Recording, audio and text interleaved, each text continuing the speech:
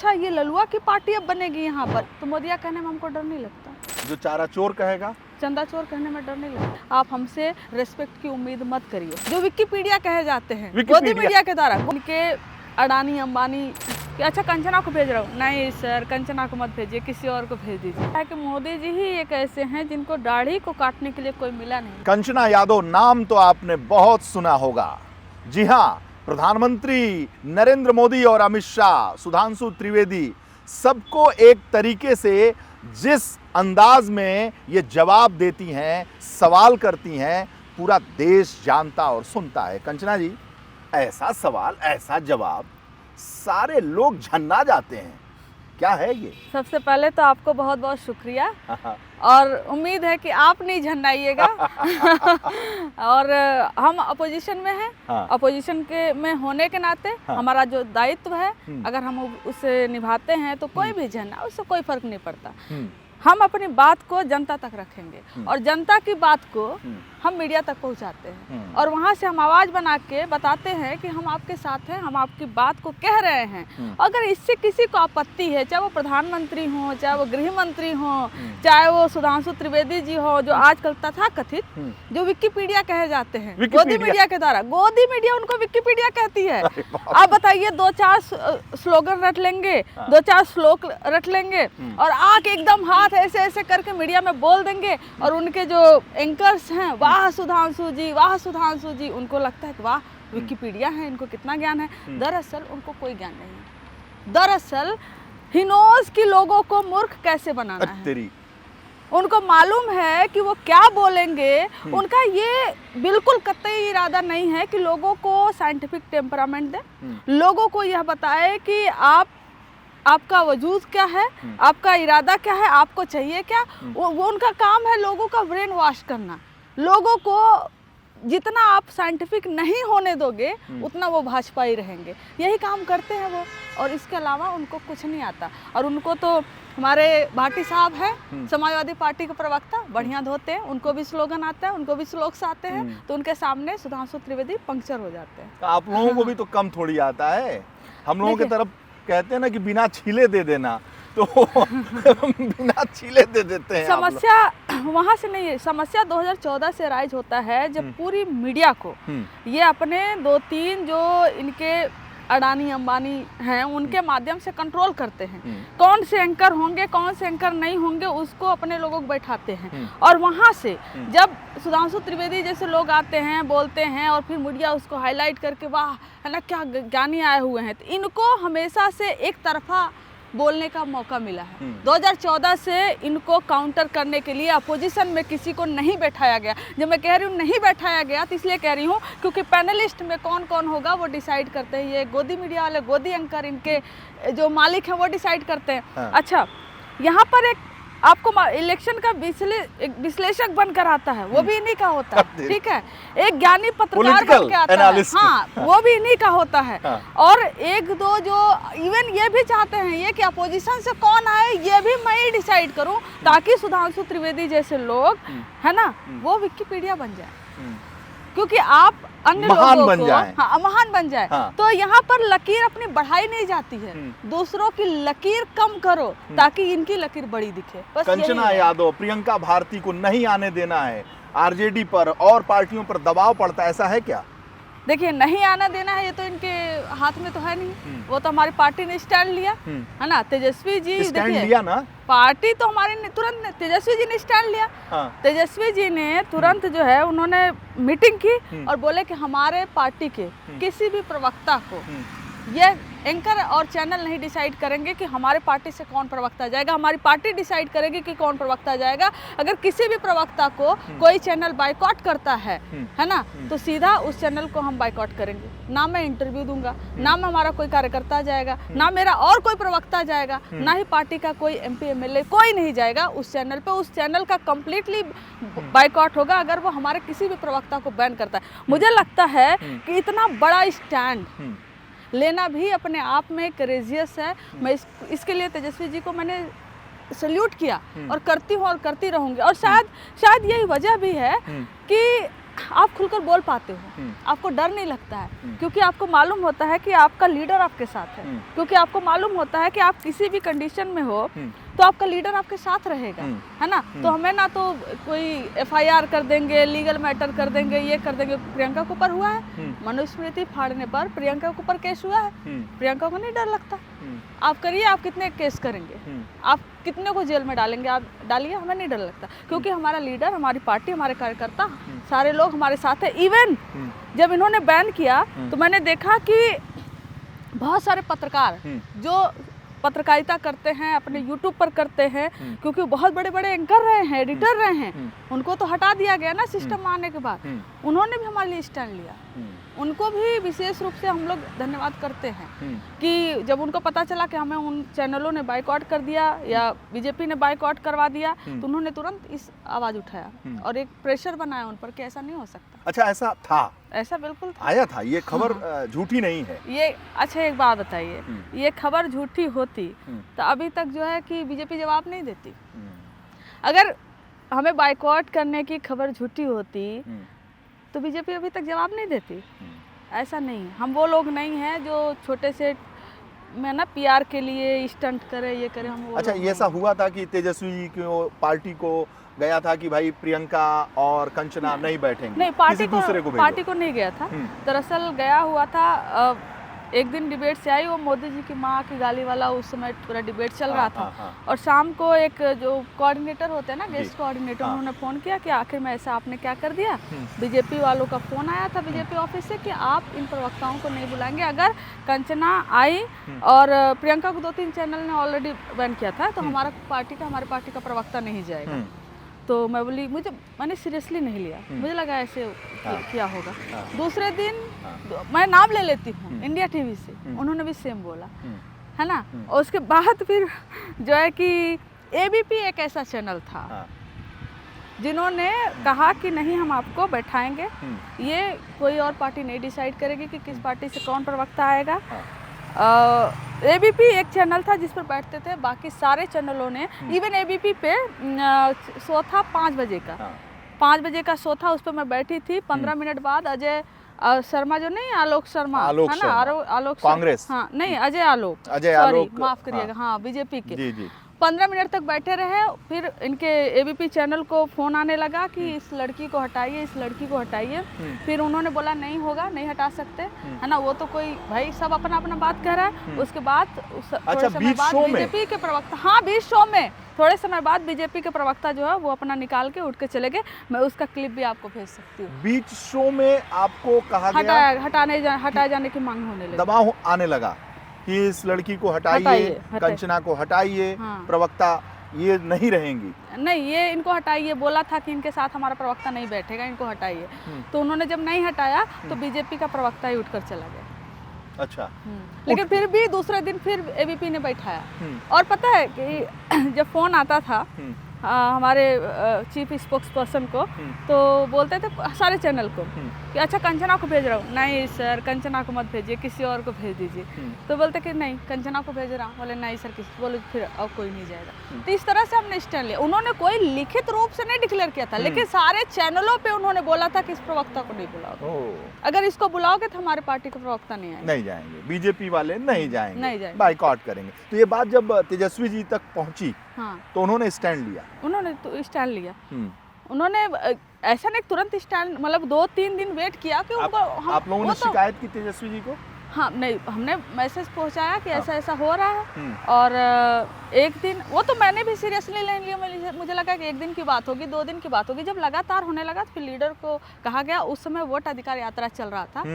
Vote अधिकार यात्रा के बीचों बीच तेजस्वी जी ने समय निकाला, राहुल गांधी वाली वोट, उसी यात्रा के बीच से उन्होंने समय निकाला और मीटिंग किया और बोला कि पहुंचा दो हमारा मैसेज कि अगर हमारा एक भी प्रवक्ता बाइकआउट होगा हम बाइकआउट कर देंगे। चुनाव का समय है, मैं किसी को इंटरव्यू नहीं दूंगा, मेन स्ट्रीम जो भी चैनल जो भी बाइकआउट करे, जो भी हो। तो फिर क्या हुआ तब उसके बाद दूसरे दिन, एक दिन हमारे कोई प्रवक्ता नहीं गया किसी चैनल पे, 2 दिन नहीं गया, फिर सबने पीछे सब अपना स्टैंड वापस ले लिए। फिर बोले हम बीजेपी से नेगोशिएट कर रहे हैं, है ना। तब चैनल वाले बीजेपी से नेगोशिएट किए। अच्छा, ये स्तर आ गया है कि चैनल वाले को भी नेगोशिएट करना पड़ता है बीजेपी से कि अपोजिशन से इनको बुलाएं या ना बुलाएं। अच्छा कंचना, आरजेडी कैसे ज्वाइन किया आपने? आरजेडी हमने स्टूडेंट पॉलिटिक्स आरजेडी से शुरू किया था। कहाँ? कैंपस में JNU जेएनयू में आए। जेएनयू में 2018 में छात्र आरजेडी बना। ठीक। और छात्र आरजेडी बना तो संजय जी आए थे, संजय यादव जी यहाँ पर, और तेजस्वी जी ने बोला कि हाँ ठीक है। हमारा बेसिकली छात्र आरजेडी बनाने का मकसद था कि आइडियोलॉजी को बढ़ाना, एक सोशल जस्टिस की आइडियोलॉजी को बढ़ाना। तो दरअसल जेएनयू का एक है ना नेचर बन चुका है लेफ्ट और राइट, है ना, you have to choose between them. तो कोई बीच का एक विचारधारा का जो हमारा सामाजिक न्याय वैसा कुछ पार्टी नहीं था। तो तेजस्वी जी ने उस पर स्टैंड लिया कि नहीं बनाओ, और वो छात्र आरजेडी जब बना तो उसमें से बहुत सारे लोग आए, और पहली बार छात्र आरजेडी 2018 में चुनाव लड़ी जेएनयू में। हमारे सीनियर हैं जैन जिज्ञासु जी, उन्होंने सोचिए कि जहाँ 5000 वोट हो, 4500 वोट हो, वहाँ उन्होंने पहली बार में 500 के ऊपर उन्होंने वोट लेकर आया, और 500 के ऊपर वोट लेकर आए। दूसरी बार प्रियंका जी ने चुनाव लड़ा, है ना। तो इस तरह से हमारा ऑर्गेनाइजेशन अभी इस बार 900 के ऊपर चुनाव वोट लेकर आया है। तो वो लेफ्ट और राइट की बाइनरी के बीच में ना, बीच में कोई 900 वोट लेकर आ रहा है, उसका आवाज ही नहीं बनता। सोचिए सीआरजेडी जेएनयू में 900 प्लस वोट लाई है इस बार, है ना। छात्र आरजेडी तो हमने वही छात्र आरजेडी चुना। मतलब कि 18 में जब बना तो हम उसके मेंबरशिप लिए, और उसके बाद एक्टिविज्म में जहाँ भी आंदोलन हो रहे हैं वहाँ जा रहे हैं। छात्र आरजेडी का कोई प्रोग्राम हो रहा है, कोई टॉक हो रहा है, हम सब ऑर्गेनाइज कर रहे हैं। मतलब एक लर्निंग प्रोसेस था।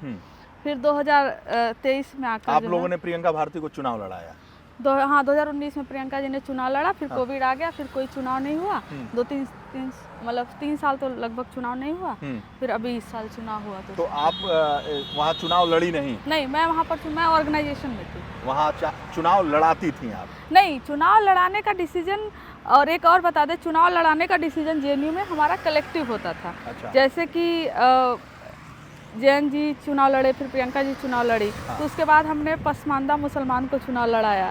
तो हमारा एक मैसेजिंग भी होता है रिप्रेजेंटेशन वाला, है ना। तो उस हिसाब से इस बार हमने जो है कि चुनाव लड़ाया। तो दरअसल मेरा जो पीरियड था, मेरा जो समय था जेएनयू में, वो कोविड में चला गया, है ना। तो मैं जब चुनाव हुआ तो मैं 5वें साल पीएचडी में आ चुकी थी, एंड 5th ईयर में आप चुनाव नहीं लड़ सकते। तो मेरा वो ड्यूरेशन नहीं। तो चुनाव लड़ती हैं आप? एम्बिशन होता है, यू कांट डिनाई इट। मतलब कि अगर आप एक्टिविज्म कर रहे हो, पॉलिटिक्स कर रहे हो, स्टूडेंट पॉलिटिक्स कर रहे हो, तो मुझे लगता है कि हर किसी के अंदर, और मेरा ऑर्गेनाइजेशन तैयार था इसके लिए। अच्छा। छात्र आरजेडी मुझे चुनाव लड़ाना चाहती थी। 20 में कोविड आ गया, फिर 21 में नहीं हुआ चुनाव, 22 में नहीं हुआ चुनाव, तो उसमें मेरा ड्यूरेशन निकल गया। बट हम लोग अपना काम जो है तब भी जारी रखें, आज भी जारी रखें, आगे भी जारी रखेंगे। और एक इस चीज़ का महत्व तो समझ में आया, पार्टी को भी समझ में आया, और मुझे लग रहा है कि हमारे पार्टी के अलावा अन्य पार्टियों को समझ में आया कि स्टूडेंट विंग आइडियोलॉजी के आधार पर कितना ज़रूरी है। कि वहीं से जो है जैन जिज्ञासु जी प्रवक्ता बनाया गया, प्रियंका भारती जी बनाई गई, मुझे बनाया गया, प्रोफेसर अनवर पासा जी को जेएनयू से बनाया गया। तो अभी तक जेएनयू से 4 प्रवक्ता आरजेडी ने दे चुका है। तो जब आप आई जेएनयू में जी, तो आपने छात्र आरजेडी क्यों चुना? क्योंकि आप तो जौनपुर की रहने वाली हैं। जी, जौनपुर में आपका घर है? जी, जौनपुर में है, सासाराम से भी है, तो हम दोनों जगह से है। तो छात्र आरजेडी चुनने का मकसद ये था सोशलिस्ट पॉलिटिक्स को चुनना। बहुत क्लियर था। मैं ना राइट में, तो वो तो मरते दम तक नहीं जा सकती, है ना। वो नीतीश कुमार जी वाला नहीं बोल रही हूँ मैं अपना बोल रही हूँ, है ना। और लेफ्ट विंग जो है ऑलरेडी यहाँ पर है, चुनाव लड़ती है, लेकिन बहुत सारे मुद्दे पर हमने लेफ्ट को साइलेंट देखा। लेफ्ट आवाज़ उठाती है, लेफ्ट आंदोलन करती है, लेफ्ट की वजह से जेएनयू जिंदा है, इसमें दो राय नहीं है ना। और जब चुनाव के रिजल्ट आते हैं और राइट विंग आगे निकलता है तो दुख होता है कि कहीं ना कहीं लेफ्ट पीछे जा रहा है, वो अलग मसला है। लेकिन कई सारे मुद्दों पर हमने देखा है कि खासकर शुरुआती दौर में, अब आप सोचिए 2012 की बात है ना। 2008-9 में अर्जुन सिंह जी ने बहुत मैसिव फंड दिया ओबीसी के लिए, मैसिव फंड दिया उन्होंने ओबीसी के लिए कि आप हॉस्टल्स बनाइए, आप जो है कि इवन फेलोशिप भी शुरू करिए। तो जेएनयू में फंड आया ओबीसी के लिए हॉस्टल बनाने के लिए। उस समय लेफ्ट का डोमिनेंस चलता था, प्रोफेसर्स, स्टूडेंट्स। पता है उस फंड से क्या बना? हॉस्टल नहीं बना, कन्वेंशन सेंटर बना। और जेएनयू का जो कन्वेंशन सेंटर है वो ओबीसी के फंड पे बना है, और आज उस कन्वेंशन सेंटर में शाखा लगती है, आरएसएस की शाखा लगती है। तो मुझे लगता है कि अगर किसी ने पनपने भी दिया आरएसएस को कैंपस में, तो ये लेफ्ट भी क्योंकि हमेशा आप लेफ्ट और राइट की लड़ाई, ये लेफ्ट चाहती है कि राइट वर्सेस लेफ्ट की लड़ाई रहे, और बीच में जो सामाजिक न्याय वाली जो छोटे छोटे दल बने छात्र विंग के, वो सारे दल जो है वो बन ही नहीं पाए। तो छात्र आरजेडी बनने का दुख, मैं कहती हूँ कि जितना राइट को हुआ था कैंपस में, उतना ही लेफ्ट को हुआ था। अच्छा, उतना ही लेफ्ट को हुआ था। इवन लालू जी का, अच्छा ये ललुआ की पार्टी अब बनेगी यहाँ पर, इस तरह के लोग कमेंट करते थे, ललुआ की पार्टी बनेगी। सोचिए कि अगर लालू जी को रेस्पेक्ट से नाम आज भारतीय जनता पार्टी नहीं लेती है, तो इसमें बहुत सारे लोगों का हाथ है। अच्छा ये ललुआ की पार्टी अब बनेगी यहाँ पर, एक इकलौती पार्टी उनका हाथ नहीं है। आज कोई भी एक प्रवक्ता हो आता है, चाराचोर बन के चला जाता है। और हमने भी एकदम ठान लिया कि अगर आप किसी पर्सन को जो मुख्यमंत्री रहा है आप रेस्पेक्ट नहीं दे सकते, जो रेल मंत्री रहा आप रेस्पेक्ट नहीं दे सकते, आप हमसे रेस्पेक्ट की उम्मीद मत करिए। हम लिबरल प्रोग्रेसिव लॉबी, जो हमें भाषा क्या होनी चाहिए वो हमें सिखाएगी, हमें उससे कोई फ़र्क नहीं पड़ता। फ़र्क सिर्फ इससे आप जितना इज्जत दोगे आपको उतनी इज्जत मिलेगी। आप जिस भाषा में समझोगे हम उसी भाषा में आपको समझाएंगे। बात एकदम क्लियर है। इसीलिए ना हम लेफ़्ट चुने ना राइट चुने, हम अपनी आइडियोलॉजी को चुने। क्योंकि मेरा बचपन भी मेरे दादा जो थे वो ग्राम प्रधान थे, सोशलिस्ट पर्सन थे। और छोटे दादा मेरे ग्राम प्रधान रहे लगभग 20 साल तक। और मेरे अंकल जी वो जिला पंचायत सदस्य रहे, जिनका 2019 में योगी गवर्नमेंट आने पर मर्डर हो गया। 31 मई 2019, जिस पे आवाज़ भी हम लोगों ने उठाया हुआ जौनपुर से। हाँ, जौनपुर से वो थे, वहाँ से जीते थे, उनका मर्डर हो गया। तो हम लोग हमेशा से बचपन से हमने सोशलिस्ट पॉलिटिक्स सीखी है ना। तो उससे जो है कि कोई कॉम्प्रोमाइज़ नहीं है। राइट विंग से लड़ाई जिस भाषा में लड़नी होगी, आरएसएस से लड़ाई जिस भाषा में लड़नी होगी, हमें लड़ने आता है, हम लड़ेंगे। उसके लिए कुर्बानी भी देनी हो तो वो बहुत छोटी चीज़ है। लालू को ललुआ की पार्टी है, बोलते हैं ना। हाँ, बोलते हैं लोग। जिम्मेदार कौन है? जिम्मेदार हर कोई है। जिम्मेदार आज बीजेपी आई, जिम्मेदार उस समय से है जब से लालू जी, आप सोचिए ना, मैं एक लालू जी को थोड़ा सा साइड करके मैं आपको एक और बात कहती हूँ कि बिहार में, मतलब सासाराम से जहाँ से हम लोग का घर भी है, बिहार में लालू जी के आने से पहले कौन सा ऐसा ओबीसी मुख्यमंत्री बना जिसने अपना 5 साल कार्यकाल पूरा किया? कोई नहीं। कोई ऐसा ओबीसी मुख्यमंत्री या दलित मुख्यमंत्री अगर कोई बना तो किसी की सरकार 6 महीने में गिरा दी गई, किसी की सरकार 13 महीने में गिरा दी गई, किसी की सरकार 2 साल तक चली। ठीक है, उसमें कर्पूरी ठाकुर जी भी आते हैं। किसी ने अपना टेन्योर 5 साल नहीं पूरा किया। लालू जी पहले व्यक्ति हुए जो ओबीसी समाज से आते हैं जिन्होंने अपना टेन्योर 5 साल पूरा किया। लालू जी जब मुख्यमंत्री बने, कोई भी वहाँ ब्यूरोक्रेसी पूरी तरह से उनकी सहायता नहीं कर रही थी। ब्यूरोक्रेसी अगेंस्ट, ब्यूरोक्रेसी अलग चल रही है। लालू जी का कोई एक होता है ना कि एक तालमेल होता है ब्यूरोक्रेसी और गवर्नमेंट में, कोई सब अपना अलग चल रहा है। अच्छा, ये मुख्यमंत्री बन के बावजूद इसके लालू जी ने सरकार चलाई। आपके अगेंस्ट हो सारे ऑड्स, है ना, हर कोई आपके अगेंस्ट हो। इस परिस्थिति में आपको सरकार चलाना, और 1 साल नहीं आप 15 साल तक सरकार बनाते रहे, तो मुझे लगता है कि ये हर उस लोगों के दिल पे होता ना एक जो सांप लौटना जैसा हाल था। और जिसमें सबसे पहले क्या करो, इनके चरित्र का हनन करो। आप उस समय आप देखिए कि जब फिल्म इंडस्ट्री से ज़्यादातर लोग संसद में आ करते थे, हम लोग अभी भी वीडियो उठाकर सुनते हैं, तो क्या कहते थे, ये गंवार लोग आ गए हैं संसद में, यही कहते थे ना। क्यों? क्योंकि आप इलीट सर्कल से आते हो। क्यों? क्योंकि आप इलीट फैमिली से आते हो, इसलिए आप कहोगे कि ये गंवार लोग आ गए हैं। तो कहीं ना कहीं इसकी शुरुआत तभी हो गई थी। इसकी शुरुआत तभी उससे हो गई थी कि इनको गंवार कह दो, इनको सड़क छाप कह दो, इनको ये कह दो। बीजेपी ने आकर क्या कहा कि इसके प्रवक्ता तक लालू जी के जो एक मुख्यमंत्री रहे हैं इज्जत से नाम नहीं लेती है।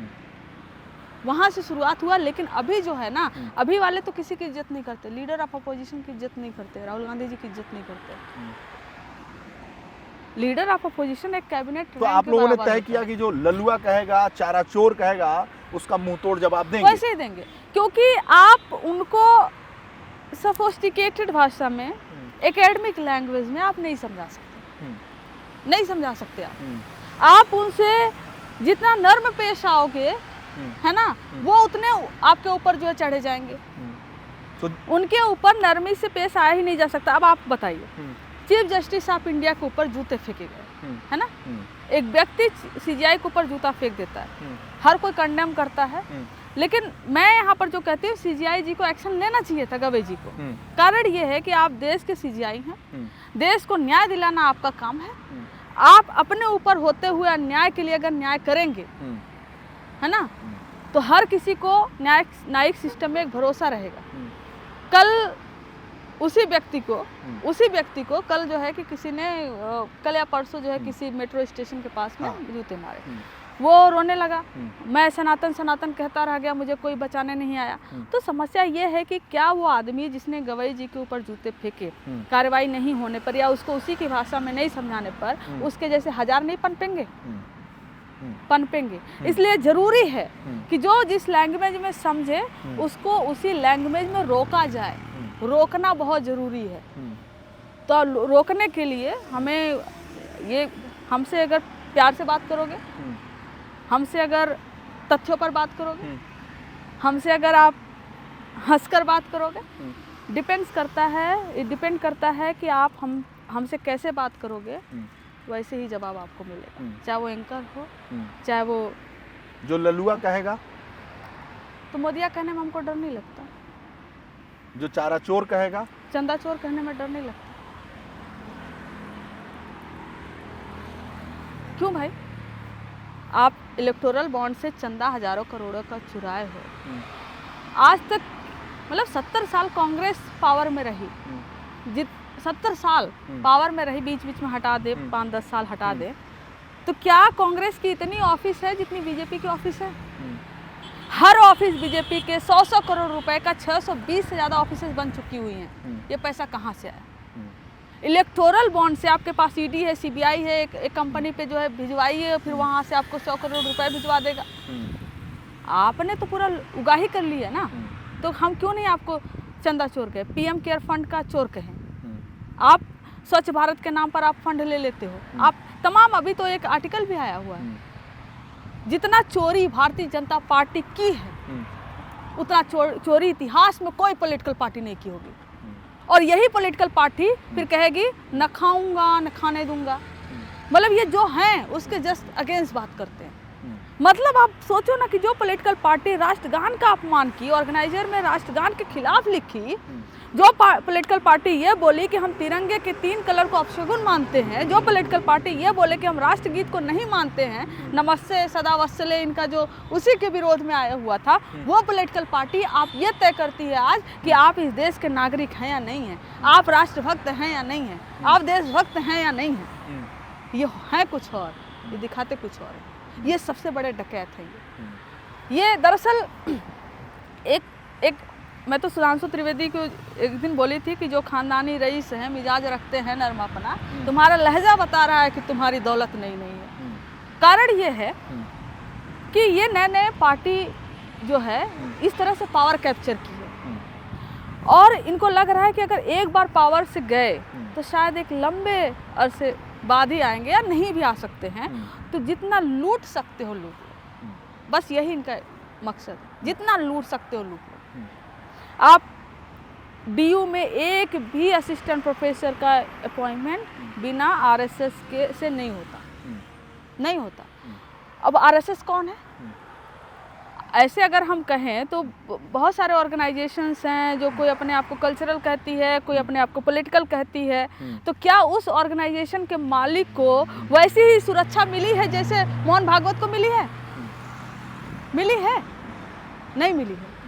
तो इसलिए ये पावर जो कैप्चर कर रहे हैं, क्योंकि इनको मालूम है कि जितना अपने लोगों को घुसा सकते हो हर जगहों पर घुसा दो, जितना रिसोर्सेस कैप्चर कर सकते हो कर लो, क्योंकि अगर एक बार पावर से गए तो लंबे समय के बाद नहीं आएंगे। तो ये जो लड़ाई है ललुआ और चारा चोर, ये जो असम्मान की भाषा है, उसकी लड़ाई आप टेलीविज़न चैनल्स पे लड़ती हैं कि हमारे जो महापुरुष हैं तथाकथित रूप में जिन्हें आप मानती हैं, उनको सम्मान दोगे तो सम्मान देंगे, नहीं दोगे तो नहीं देंगे। क्यों देंगे? चाहे तुम देश के प्रधानमंत्री हो, कोई भी हो, चाहे देश के गृह मंत्री हो, कोई भी हो, उनकी माँ तक चली जाती हैं। उनके माँ तक कौन गया?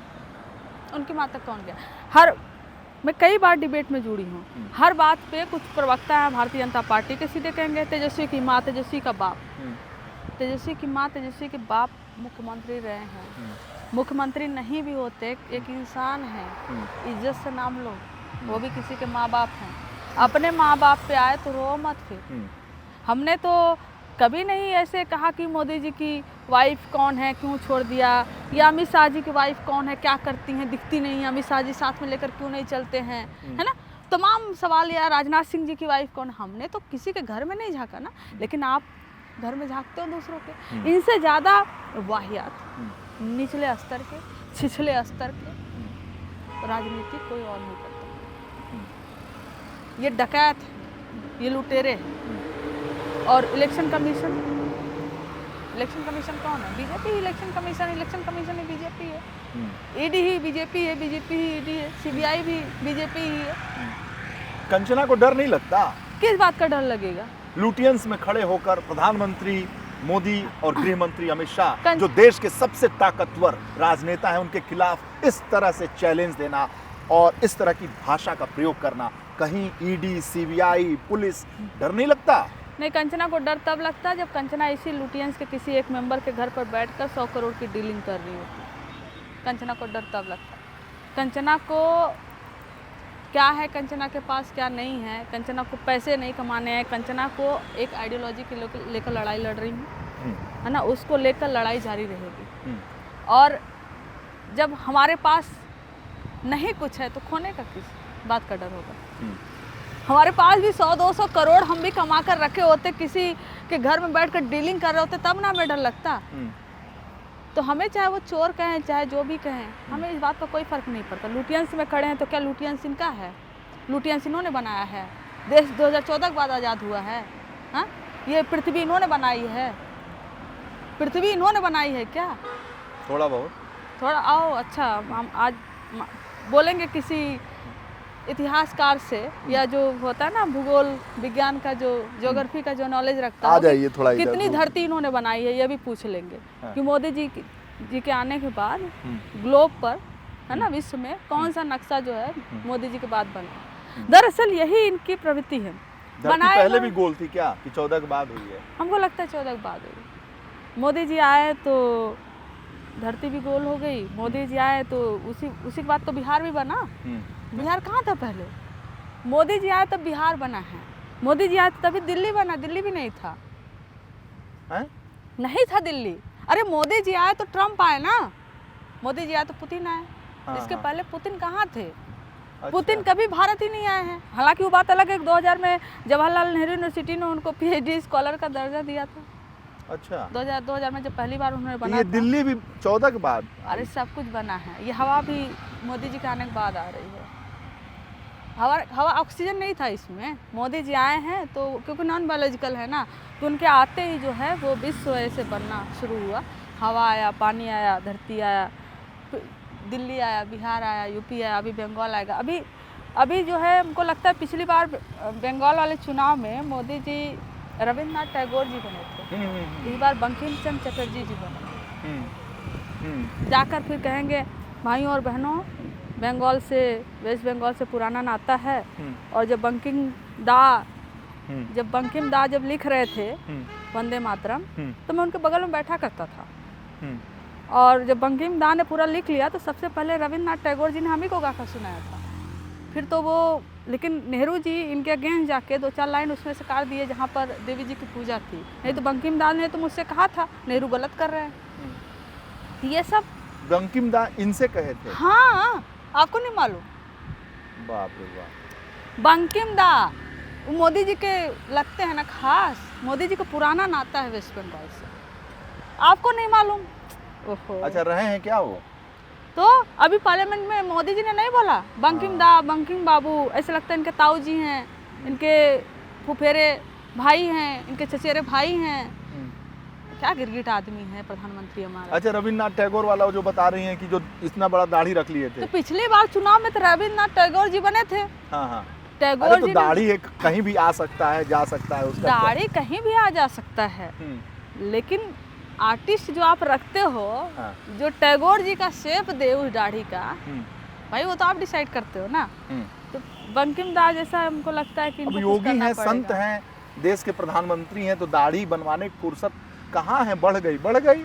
अच्छा, कोरोना से निपट रहे थे, देश का संचालन कर रहे थे, तो वक्त कहाँ मिलता है? पूरे भारत भर में हमको लगता है कि मोदी जी ही एक ऐसे हैं जिनको दाढ़ी को काटने के लिए कोई मिला नहीं। बाकी तो हमको हर जगह नहीं दिख रहा था हर कोई इतनी बड़ी दाढ़ी लटका के चल रहा है। आपकी कितनी बड़ी हुई थी?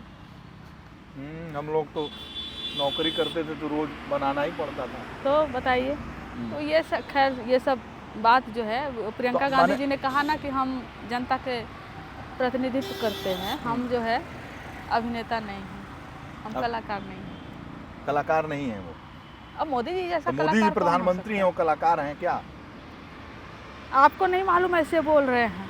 आप बताइए कि लोकसभा चुनाव हुआ, काउंटिंग चल रहा है, जिस दिन वोटिंग हो रहा है उस दिन मोदी जी जाकर साउथ में कहीं डुबकी लगा रहे हैं, पूरा मीडिया जो है मोदी जी को दिखा रहा है। तो मोदी जी डिसाइड कर लेना कि मोदी जी कभी बोलते हैं फकीर हैं, मोदी जी कभी बोलते हैं गरीब हैं, मोदी जी कभी बोलते हैं कि संत हैं, मोदी जी कभी बोलते हैं कि नॉन बायोलॉजिकल हैं, मोदी जी कभी बोलते हैं कि मैं पठान का बच्चा हूँ, मोदी जी कभी बोलते हैं कि मैं गरीब का बच्चा हूँ, मोदी जी कभी बोलते हैं कि मैं ओबीसी का बच्चा हूँ। मोदी जी डिसाइड कर ले मोदी जी क्या हैं। अगर मोदी जी सब कुछ है तो एक अभिनेता ही सब कुछ हो सकता है, एक एक्टर ही सब कुछ हो सकता है। तो मोदी जी हैं, उनसे बड़ा कलाकार कोई नहीं पैदा हुआ। अरे दादा, इतना आप इंटरव्यू में बोल रही हैं, आप तो आरजेडी की प्रवक्ता हैं, हम लोग तो पत्रकार हैं, कहीं रेला ना जाएं। तो आप समझिए हम क्या समझे। अब फ्री स्पीच है ही, फ्री स्पीच है, अगर उपयोग कर सकते हैं तो करिए। जहाँ तक मुझे मालूम है कि प्रेस का फ्रीडम जो है वो काफ़ी निचले पायदान पे है, लेकिन कोई वो नहीं। आज ही के फ्रेम में मैं भी दिख रहा हूँ, और जहाँ प्रधानमंत्री जी का ऑफिस है, उनका घर है, वहाँ से 2 किलोमीटर के दरमियान आप बोले जा रही हैं। ये तो आपको तब सोचना चाहिए था जब आप इंटरव्यू करने आए, क्योंकि आपको मालूम है कि मैं तो खुल के बोलूँ। अगर जेल आप जाइएगा तो आएंगे, लड़ने आपके लिए आएंगे। लड़ने आएंगी? आपको छुड़वाने आएंगे, लड़ने आपके लिए आएंगे। हाँ। ठीक है। हाँ। आंदोलन आपके लिए करेंगे। हमारा जो काम है विपक्ष में होकर मीडिया के लिए भी लड़ना, जनता के लिए भी लड़ना, अपने लिए भी लड़ना, सबके लिए लड़ना, हम लड़ेंगे। तेजस्वी जी भी आ जाएंगे? तेजस्वी जी क्यों नहीं, तेजस्वी जी कब नहीं आते? तेजस्वी जी आते हैं।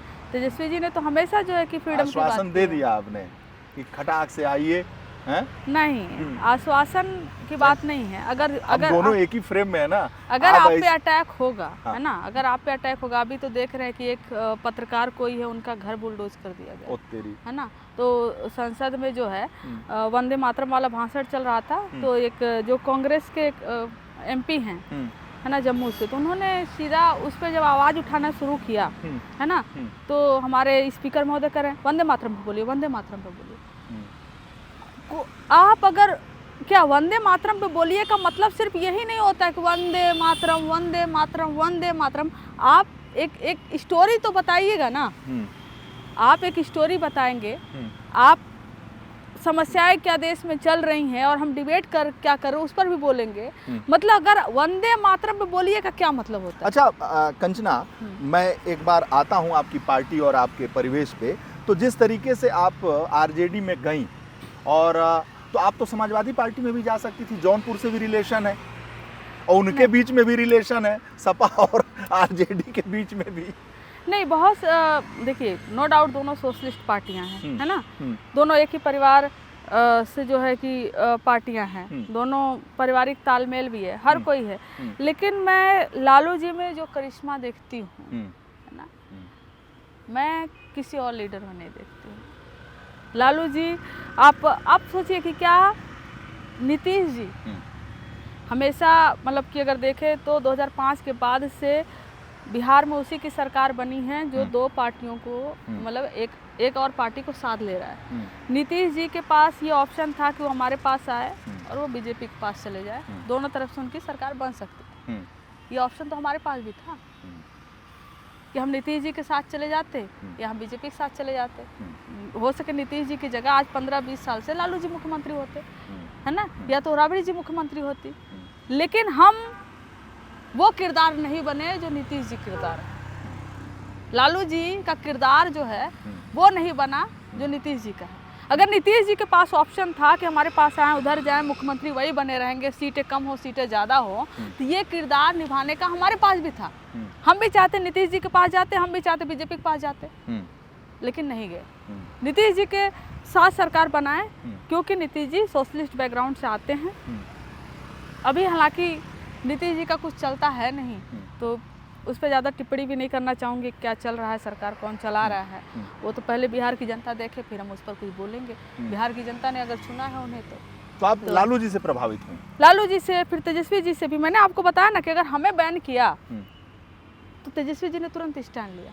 आप बताइए कि आरजेडी के अलावा कोई और पॉलिटिकल पार्टी बता दीजिए, कोई और पॉलिटिकल पार्टी बता दीजिए, है ना, क्रॉस इंडिया में हर पॉलिटिकल पार्टी जो इतने कम उम्र में, हम लोग तो पीएचडी स्कॉलर थे, सीधे उठाकर नेशनल प्रवक्ता बना दिया गया। और ऐसा नहीं कि हमें अरे इसको बोले कि नहीं, अगर कोई व्यक्ति जाएगा बार बार बोलेगा, अपने आप रिफाइन होगा, अपने आप उसको पढ़ेगा, नॉलेज बढ़ेगा, तो कभी किसी भी तरीके से कंट्रोल नहीं किया गया। ये कहा जाता है ना कि ये दो शेरनियां हैं, सब पे भारी पड़ रही हैं, तो उसके पीछे योगदान हमारे नेता तेजस्वी जी का है, बहुत बड़ा योगदान है। जब शेरनी सुनती हैं तो अच्छा लगता है। देखिए, शेरनी आई है, टीवी पे बैठी हैं, तहलका मचा रही हैं, हिला दे रही हैं। हकीकत बताएं, जो मुझे लगता है, ऑनेस्टली स्पीकिंग, अभी बहुत समय है हमारे पास, बहुत कुछ हम अपने आप में भी अपडेट करेंगे, सुधार करेंगे, ज्ञान बढ़ाएंगे और तर्क बढ़ाएंगे, पढ़ेंगे, मतलब अपने आप को, पार्टी को, जो विचारधारा है उसको आगे और बढ़ाएंगे, लड़ेंगे उसके लिए। लेकिन जब लोग कहते हैं दो शेरनियां आई हैं, तो मैं उसको उस तरीके से नहीं देखती हूँ। मैं इसको इस तरीके से देखती हूँ कि शायद 2014 के बाद से इनको, इनके मुंह पर जवाब देने वाला कोई नहीं था डायरेक्ट। कांग्रेस में कुछ प्रवक्ता हैं जो देते हैं जवाब, वैसे ही उनके मुंह पर देते हैं, है ना। सुप्रिया सिन्हा जी हो गई, आलोक शर्मा जी हो गए, और भी कई सारे प्रवक्ता हैं, जैसे सुरेंद्र राजपूत जी हो गए, ये सारे लोग मुंह पर जवाब देते हैं। लेकिन अन्य पार्टियों से अगर देखें तो इनके मुंह पर जवाब देने के लिए डायरेक्ट इनके मुंह पर, इनकी भाषा में, अगर ये सड़क छाप, गटर छाप भाषा बोले तो उसी में जवाब दो। ऐसा जो है कि इनको फेस करने को मिला नहीं था, इनको फेस करने को पहली बार मिला, और इनके स्तर पर इनको जाकर इनसे लड़ना, मैं अपनी विक्ट्री इसमें नहीं मानती हूँ। हाँ, उनके अंदर डिस्ट्रैक्शन जरूर मानती हूँ कि डिस्टर्ब हो गए वो, लेकिन ये हमारी जीत अभी नहीं है। हमारी जीत सिर्फ उनको डिस्टर्ब करना नहीं है, हमारी जीत है कि उनको डिस्टर्ब करने के बाद अपने आइडियोलॉजी, अपने विचारधारा, अपने कामों को जन जन तक पहुंचाना। हमारा काम वो नहीं था उनको डिस्टर्ब करना ना, हमारा काम था हमारी पार्टी की बात रखना। कहते हैं कि मुंह नोच लेती हैं ये दोनों, बैठती हैं टीवी पे तो बीजेपी अन्य दलों के विपक्षियों का मुंह नोच लेती है। देखिए, हमारे भी यहाँ तो कोई पंजा वंजा तो है नहीं कि मुंह नोचेंगे, जैसे सबका हाथ होता है वैसे हमारा भी हाथ है। दरअसल वही मैंने आपको जो बताया कि मुंह नोचवा कह देते हैं लोग। और जैसे कि अब मान लीजिए एक उदाहरण दे दिए, ठीक है, अब मैं आपको बताती हूँ कि हिंदू महासभा से कि बजरंग दल से शायद एक आते विनोद बंसल, ठीक है, हम न्यूज़ नेशन पे बैठे हुए थे और विनोद बंसल बोलते बोलते कह गए, मतलब उनको भी वंदे मातरम नहीं आ रहा है ना। उसी पे राधिका खेड़ा थी, वंदे मातरम गलत पढ़ दी, जिसका वो ट्रोलिंग भी हुआ था, बहुत सारे लोगों ने लिखा था, मैं ही थी। तो विनोद बंसल जो है सीधे कह रहे हैं ये चारा चोर की पार्टी की प्रवक्ता। आप धर्म के रखवाले कहते हो अपने आप, है ना, तो उसी में मैं, बंसल चुप हो जा, गधा है तू, मतलब गधे हो, करे माफी मांगे, मतलब माफी ये तो ना हो पाए। बात ये है कि तुमने शुरू क्यों किया। मैंने साफ साफ मैसेजिंग इनको दिया है, डिस्क्लेमर देती हूँ कि अगर लालू प्रसाद यादव जी को, नेताजी मुलायम सिंह यादव जी को, बहन मायावती जी को, रामविलास पासवान जी को, शरद यादव जी को, वो लीडर जो एक बड़े स्टेचर के लीडर रहे हैं, अगर मत लो नाम ना, मत लो, लेकिन अगर उनको चोर कहोगे, उनको बदमाश कहोगे, उनको गंवार कहोगे, इन चारों पांचों 6 लीडर में से जिनका कंट्रीब्यूशन है हमारे जीवन में, कौन कहाँ गया, बहन जी आज क्यों नहीं लड़ रही हैं, बहन जी उतना फोर्स से क्यों नहीं लड़ रही, वो अलग मुद्दा है, लेकिन बहन जी का जो कंट्रीब्यूशन है उसको डिनाई नहीं किया जा सकता, राइट। तो अगर इन लोगों को कोई कहे कि बहन जी चुप है क्योंकि बहन मायावती जी ने है ना पैसे बहुत खा लिए हैं, ये इसलिए बहन जी चुप हैं, नहीं लड़ती हैं ये, तो मैं उसको भी बर्दाश्त नहीं करूँगी, है ना। तो इन लीडरों को के नाम के आगे अगर नाम से इज्जत लेकर लालू जी, मुलायम जी, बहन जी अगर ऐसे नहीं बुला सकते, चोर चोर चोर सबको कहोगे, तो मैं तो सीधे कह दूँ कि मैं गधा बोलूँगी, सुअर बोलूँगी, जो बोलना है वो बोलूँगी। कारण यह है कि मैं भी पढ़ी लिखी हूँ, बहुत सोफिस्टिकेटेड लैंग्वेज आती है हमको अपनी इमेज ख़राब करने की। मैं भी इंटेलेक्चुअल बन सकती हूँ, इमेज ख़राब करने की मुझे है ना पड़ी नहीं है, लेकिन कारण ये है कि तुम किस भाषा में समझोगे। आप हमारे नेता को चोर चोर कहो, हम आपको बंसल जी कहें, कैसे? नहीं पॉसिबल। ये बदलाव है, लड़ाई है एक तरीके की। तो भाजपा में कौन सा प्रवक्ता अच्छा लगता है आपको? कोई नहीं, सब में कंपटीशन चल रहा है, कौन कितना गंदा बोल सकता है। और उनका कंपटीशन ये है कि जो है कि उनका कंपटीशन ट्रोलिंग का है। जैसे मान लीजिए कि मुझे कुछ कह दिया उन्होंने, ठीक है, अरे कंचना जी ये बोल के दिखाई, आपको मौका ही नहीं दिया वो बोलने का, लेकिन वो क्लिप काट के चला दिया कि मैंने देखो कंचना जी को रगड़ दिया, इन्होंने तो ये बोल ही नहीं पाई ना। अब उनके ट्रोलर खुश, बेचारे मतलब जिंदा हैं, मतलब उनको लग रहा है कोई तो इनको कुछ करे, तो उनको उसी में मज़ा आ जाता है। तो मैंने कल राधिका खेड़ा एक लीगल नोटिस भेजी है, मतलब आपको सीरियस तो लेते ही नहीं मैडम, आपके लीगल नोटिस को लेंगे सीरियस। हाँ, इससे ये काम हो सकता है कि आपके जो ये नफरती टट्टू हैं ना कुछ, वो थोड़े समय के लिए उनकी आत्मा को शांति मिल सकती है, बाकी हमको इससे डर नहीं लगता। आप लीगल नोटिस भेज दियो, भी भेज सकते हैं, आप भी दूसरों के माँ बाप पे जाते हो। वो हमको क्या क्या गाली लिखी हैं, ये संस्कारहीन है ना, असभ्य महिला, ऐसे तमाम गालियाँ मुझे लिखी है लेडी। लिखने के बाद इस संस्कारहीन असभ्य महिला को वंदे मातरम नहीं आता करके वीडियो लगा दिए, जिसमें खुद वंदे मातरम गलत बोल रही है।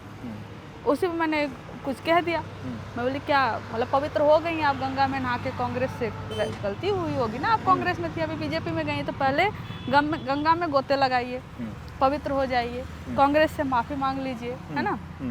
उसके बाद बताइए, असली वजह बताइए कि आप बीजेपी में क्यों गई। मैंने जो सुना मैंने वो लिखा कि शायद फिल्म के चक्कर में कुछ पैसे वैसे का हुआ इनका मामला, तो उस पर मुझे इन्होंने लीगल नोटिस भेजा। मुझे उस पर हर्षवर्धन त्रिपाठी, शुभ्राष्ट्रा, more power to you Radhika, more power to you, need अपार, मतलब समय की मांग है। यार ये तो पॉलिटिकल एनालिस्ट है ना। अच्छा, एबीपी से शायद गई हैं, वो गाली भी देती है माँ बहन वाली। वो अपने भाई को ही किसको गाली दे रही थी मुझे नहीं मालूम, एक वीडियो आया जिसमें मदर और बहन की गाली दे रही हैं, और वो मुझसे कह रही हैं आप दूसरों की माँ का अपमान कर रहे हो। और जो उनके साथ खड़े हुए जो राजनीतिक विश्लेषक हैं ना, वो लोग भी प्रवक्ता हैं। समय है, कभी कभी जो है कि गधे भी बाप बना दिए जाते हैं समय के हिसाब से। गधे बाप बन गए हैं, है? अब क्या करिएगा, अब गधे रूल कर रहे हैं। अब सुधांशु त्रिवेदी विद्वान जी तो अपनी लड़ाई लड़ ही रहे हैं। विद्वान जी का क्या, विद्वान जी एक दिन अमित देवगन जी के शो पर मैं बैठी थी, तो संविधान पे बात हो रही थी। मैं बोली संविधान पे इज्जत ये लोग क्या करेंगे, इनको मालूम भी नहीं होगा कि संविधान कितने दिन में बना है।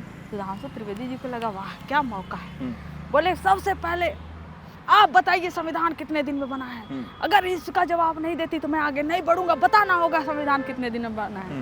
मैं बोली महोदय संविधान 2 साल 11 महीने 18 दिन में बना है।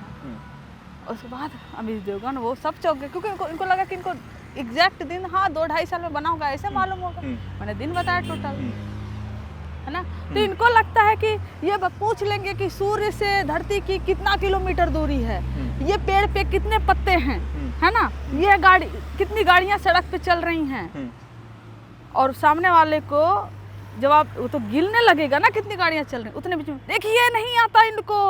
और फिर जो अमित देवगन जी हैं, वाह वाह सुधांशु जी, वाह वाह सुधांशु जी, हो गए ना महान, हुए कि नहीं महान।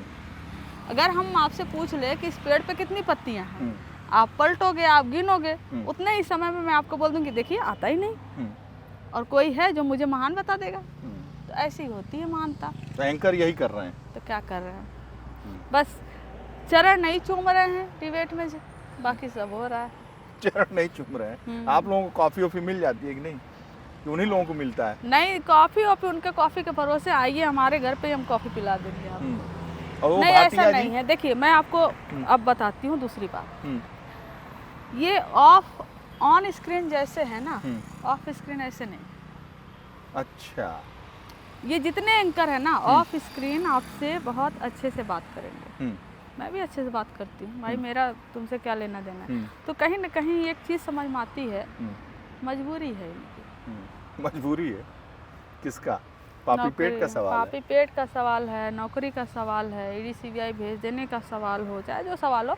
लेकिन ऑन स्क्रीन जिस तरीके से ये, मतलब कि अगर मान लीजिए डिबेट चल रहा है, बीजेपी का पलड़ा कमज़ोर पड़ रहा है, बीजेपी का प्रवक्ता कमज़ोर पड़ रहा है, तो उसमें से अपनी तरफ से थोड़ा सा घी एंकर डाल देते हैं। ठीक है, थोड़ा क्या, कभी कोई ज़्यादा ही डाल देते हैं, पूरा घी में ही तल देते हैं। तो और वही डिबेट ख़त्म होने के बाद वो फिर अप्रिशिएट भी करते हैं। वाह, क्या बोला। कोई ऐसा एंकर नहीं होगा इसमें, मुझे लगता है कि जो स्टेज पे लड़ाई किया हो, डाटा भी हो, और है ना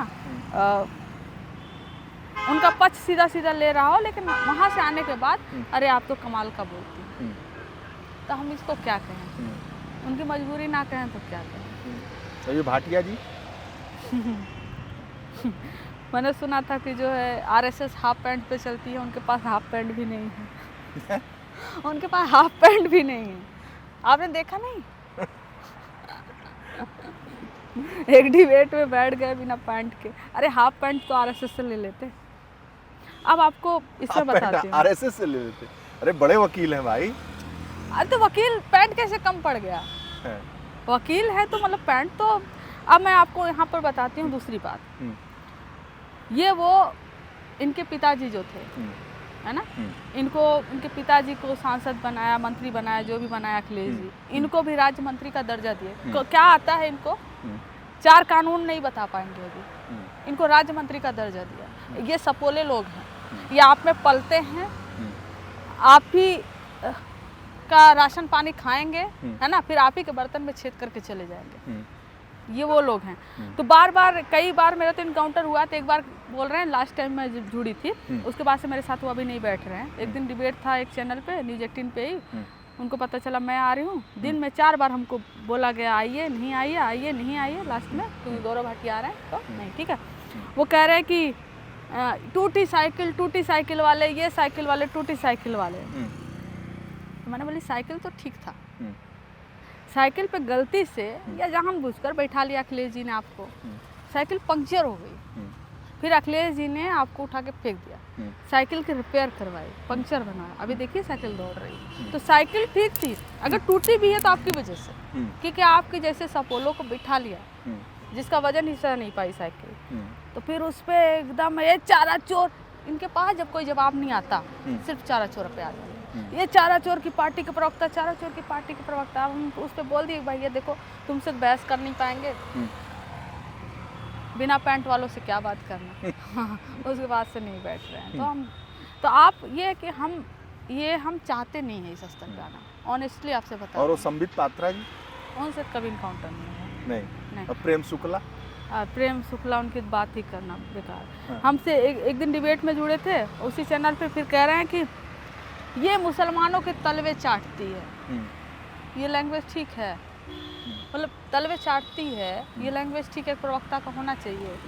फिर मैंने उस पर बोल दिया कि यार आप तो लफंगे हो, क्या लफंगों से क्या डिबेट करना। तो मेरी लैंग्वेज गड़बड़ हो गई, मेरी लैंग्वेज गड़बड़ बता दी गई। नहीं आप मेरे शो में ये शब्द इस्तेमाल नहीं कर सकते, हमारे शो की एक गरिमा है, ये है वो। मैं बोली कौन इस्तेमाल करना चाहता है भाई, लेकिन उनको तो कहो कि तलवे चाटने वाली बात ना करें ना। अगर तलवे चाटती है बोलेंगे तो लफंगों वाली भाषा लफंगा ही बोलूँगी। तो कारण ये है कि जो चुनाव के बाद मेरे और प्रियंका पे 2 लोग पे अटैक किया गया, क्या सच में जो है कि हम लोग इतना बुरे हैं? नहीं, बुरे नहीं है इतने। हम उनके स्तर को पहचानते हैं, है ना, हम उनके स्तर तक उनकी धुलाई कर सकते हैं। ये उनकी समस्या है, दैट्स इट। और ये पूना वाले? ऊना वाले के बेचारे की क्या समस्या है, वो राज्यसभा के पीछे लगे हुए थे। हमने सुना, एक बार मैंने बोल दिया कब जा रहे हैं राज्यसभा, चिड़चिड़ा गए। तो हमको लग रहा है कि अब देखिए ऊना वाले की भी क्या समस्या है कि वो कह रहे कि चुनाव के बाद से ये गायब हो गए, है ना, आई ही नहीं। मैं बोली यार चुनाव के बाद से मेरे भाई की शादी थी, मेरे भाई की शादी थी, आपके भाई की शादी, आपके घर में शादी होती है, आप ही जाते हो या फिर कुछ अंधभक्त भेज देते हो अपने बिहार में। खैर आपके उनके भाई से उनका क्या ताल्लुक है ना, तो हर पूरा दुनिया देखा है। तो ये लोग वो है ना कि जो जिनका मुद्दा नहीं पता, समहाउ इनको यही टास्क मिला है कि गुमराह करके रखो, किसी को टॉपिक पर मत आने दो, गुमराह करो। वो हम पे पर्सनल अटैक करेंगे, हम उन पर पर्सनल अटैक करेंगे, मुद्दा खत्म ना मुद्दे पे वो आएंगे और ना ही हमें जाने देंगे। यही उनका टास्क है कि पर्सनल अटैक करो, इससे गुमराह होंगे लोग, इससे मुद्दे पे बात नहीं होगी। और समहाउ उनको लगता है कि ये दुर्भाग्य है कि हम सभी उसी ट्रैप में, दुर्भाग्य है हमारा। कहने को सब शेरनी कह दें, कहने को उनको धोने वाला ये कह दें, लेकिन कहीं ना कहीं जो है कि हम उनके स्तर पर उतरकर उनको छीलने के चक्कर में हम भी बहुत सारे मुद्दों को पीछे छोड़ रहे हैं, और जिस पे हमें खुलकर बात करना चाहिए। हमको लगता है कि अब समय आ गया है कि वो कुछ भी बोले, कुछ भी करे, आप अपनी बात करो। बहुत बहुत धन्यवाद आपका, बहुत बहुत धन्यवाद। बहुत शानदार तरीके से अपनी बातों को आपने रखा, ऐसे ही शेरनी बने रहिए। Thank you.